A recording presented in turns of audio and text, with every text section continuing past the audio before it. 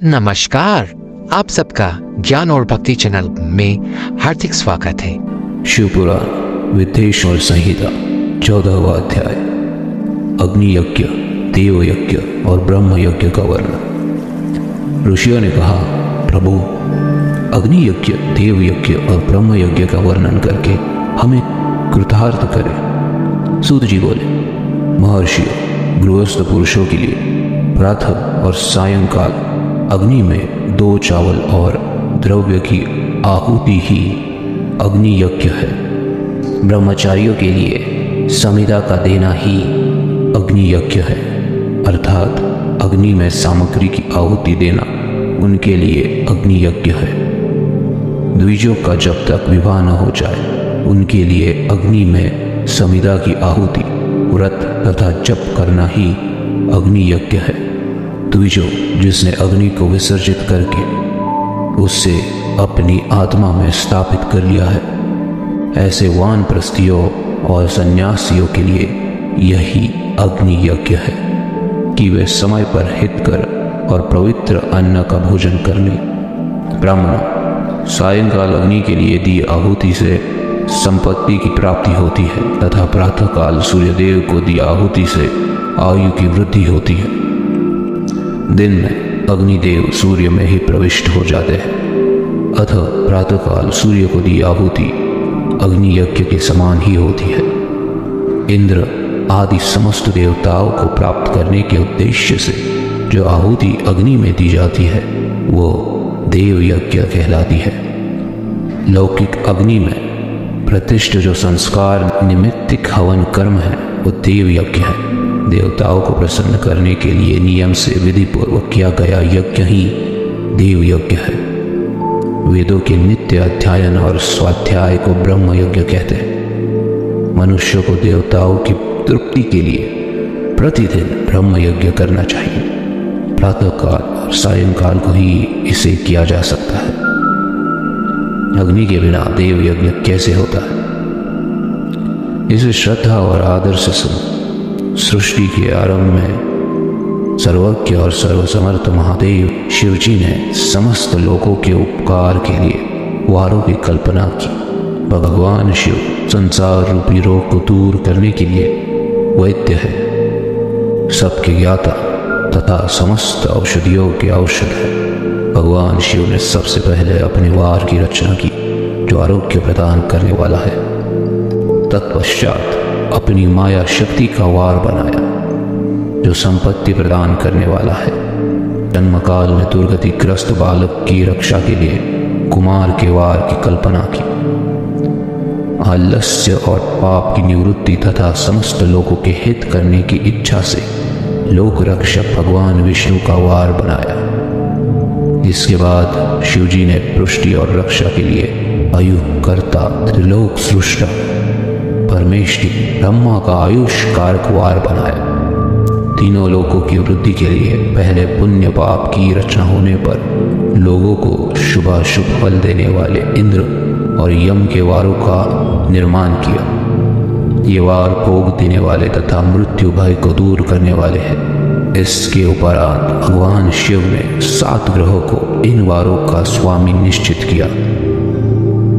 ये सभी ग्रह नक्षत्र ज्योतिर्मय मंडल में प्रतिष्ठित है। शिव के वार के स्वामी सूर्य है, शक्ति संबंधी वार के स्वामी सोम, कुमार संबंधी वार के अधिपति मंगल, विष्णु वार के स्वामी बुध, ब्रह्मा जी के वार के स्वामी बृहस्पति, इंद्रवार के स्वामी शुक्र, वो यमवार के स्वामी शनि है। अपने अपने वार में की देवताओं की पूजा उनके फलों को देने वाली है। सूर्य आरोग्य और चंद्रमा संपत्ति के दाता है। बुध व्याधियों के निवारक तथा बुद्धि प्रदाता है। बृहस्पति आयु की वृद्धि करते हैं। शुक्र भोग देते हैं और शनि मृत्यु का निवारण करते हैं। इन 7 वारों के फल उनके देवताओं की पूजन से प्राप्त होते हैं। अन्य देवताओं की पूजा का फल भी भगवान शिव ही देते हैं। देवताओं की प्रसन्नता के लिए पूजा की 5 पद्धतियां हैं। पहले उन देवताओं के मंत्र का जाप, दूसरा होम, तीसरा दान, चौथा तप तथा पांचवा वेदी पर प्रतिमा में अग्नि अथवा ब्राह्मण के शेरी में विशिष्ट देव की भावना करके 16 उपचारों से पूजा तथा आराधना करना। दोनों नेत्रों तथा मस्तक के रोग में और कुष्ठ रोग की शांति के लिए भगवान सूर्य की पूजा करके ब्राह्मणों को भोजन कराए। इससे यदि प्रबल प्रारब्ध का निर्माण हो जाए तो जरा एवं रोगों का नाश हो जाता है। इष्ट देव के नाम मंत्रों का जप वार के अनुसार फल देता है। रविवार को सूर्य देव व अन्य देवताओं के लिए तथा अन्य ब्राह्मणों के लिए विशिष्ट वस्तु अर्पित करें। यह साधन विशिष्ट फल देने वाला होता है तथा इसके द्वारा पापों की शांति होती है। सोमवार को संपत्ति व लक्ष्मी की प्राप्ति के लिए लक्ष्मी की पूजन करे तथा पत्नी के साथ ब्राह्मणों को घी में पका अन्न भोजन कराए। मंगलवार को रोगों की शांति के लिए काली की पूजा करें। उड़द, मूंग एवं अरहर की दाल से युक्त अन्न का भोजन ब्राह्मणों को कराए। बुधवार को दही युक्त अन्न से भगवान विष्णु का पूजन करें। ऐसा करने से पुत्र मित्र की प्राप्ति होती है। जो दीर्घायु होने की इच्छा रखते हैं वे बृहस्पतिवार को देवताओं का वस्त्र यज्ञोपवीत तथा घी मिश्रित खीर से पूजन करें।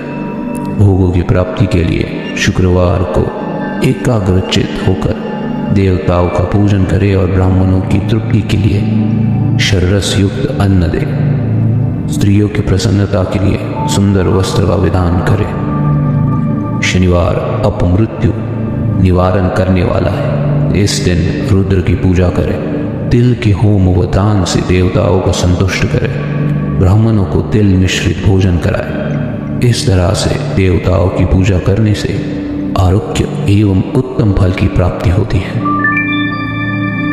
देवताओं के नित्य विशेष पूजन, स्नान, दान, जप, होम तथा ब्राह्मण तर्पण एवं रवि आदि वारों में विशेष तिथि और नक्षत्रों का योग प्राप्त होने पर विभिन्न देवताओं के पूजन में जगदीश्वर भगवान शिव ही उन देवताओं के रूप में पूजित होकर सब लोगों को आरोग्य फल प्रदान करते हैं।